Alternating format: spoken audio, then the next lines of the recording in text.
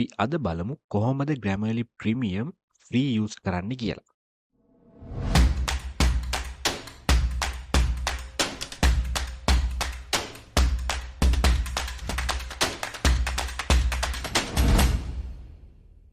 So අද අපි කතා කරන්න යන්නේ කොහොමද cookies use කරන්නේ නැතුව Grammarly free use කරන්න කියලා. ඉස්සෙල්ලම ඔයාලා කරන්න ඕන ඔයාගේ web browser එක open කරලා web browser එකේ ox.am.com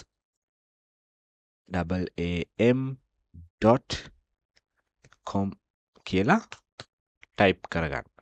ඊට පස්සේ ඔයාලට මෙන්න මේ වගේ වෙබ්සයිට් එකක් ඕපන් වෙයි. මෙතෙන්දී ඔයාලට already account එකක් තියෙනවා නම් sign in වෙන්න පුළුවන්. එහෙම නැත්නම් ඔයාලට create free account කියන බටන් එක ක්ලික් කරලා අලුතෙන් account එකක් create කරගන්නත් පුළුවන්. ඉතින් මේ වෙද්දි මම already මේ site එකට register වෙලා තියෙන හින්දා මම යනවා මෙතන sign in කියන option එක select කරලා. ඒකෙදි මගේ email address එකයි password එකයි දීලා මම මේ site එකට log වෙනවා.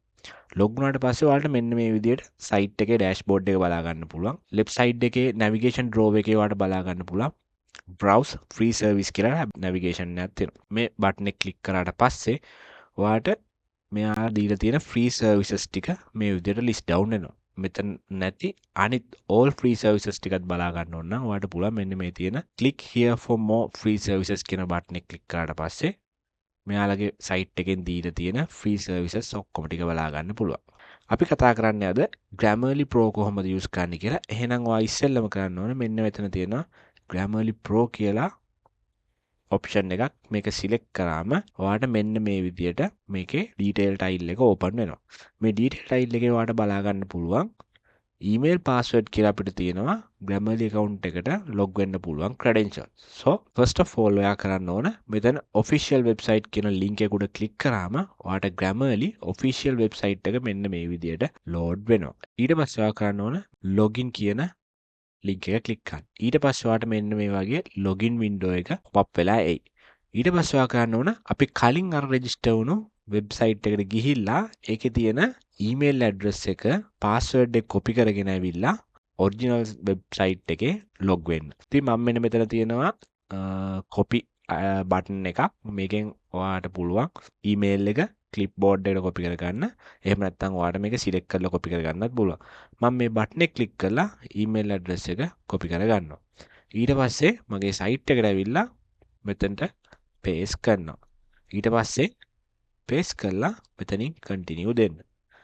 ඊට පස්සේ ඔයාලට පුළුවන් password එකත් මේ විදිහට copy කරගෙන ඇවිල්ලා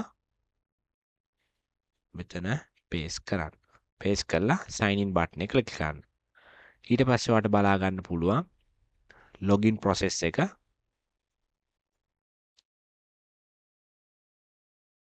ඒ username password use කරාම අපිට Grammarly Pro account එකට log වෙන්න පුළුවන් වුණා. ඉතින් ඔයාලට මෙන්න මෙතන බලා ගන්න පුළුවන් Grammarly Pro කියලා. මෙතන Pro badge එක display වෙනවා. ඒ කියන්නේ මේ අපි use කරන්නේ Grammarly Pro දැන්.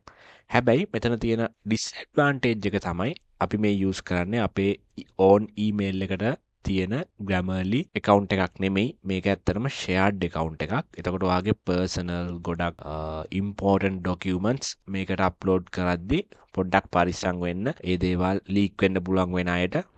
මේ අපි දැන් කතා කරේ Grammarly web version එක කොහොමද Grammarly desktop version එක එහෙමත් නැත්නම් කොහොමද Grammarly extension එකට මේක use කරන්නේ කියලා ඊළඟ වීඩියෝ වලදී අරගෙන එන්නම්. එහෙනම් අපි ඊළඟ වීඩියෝ එකකින් ආයෙත් හම්බෙමු.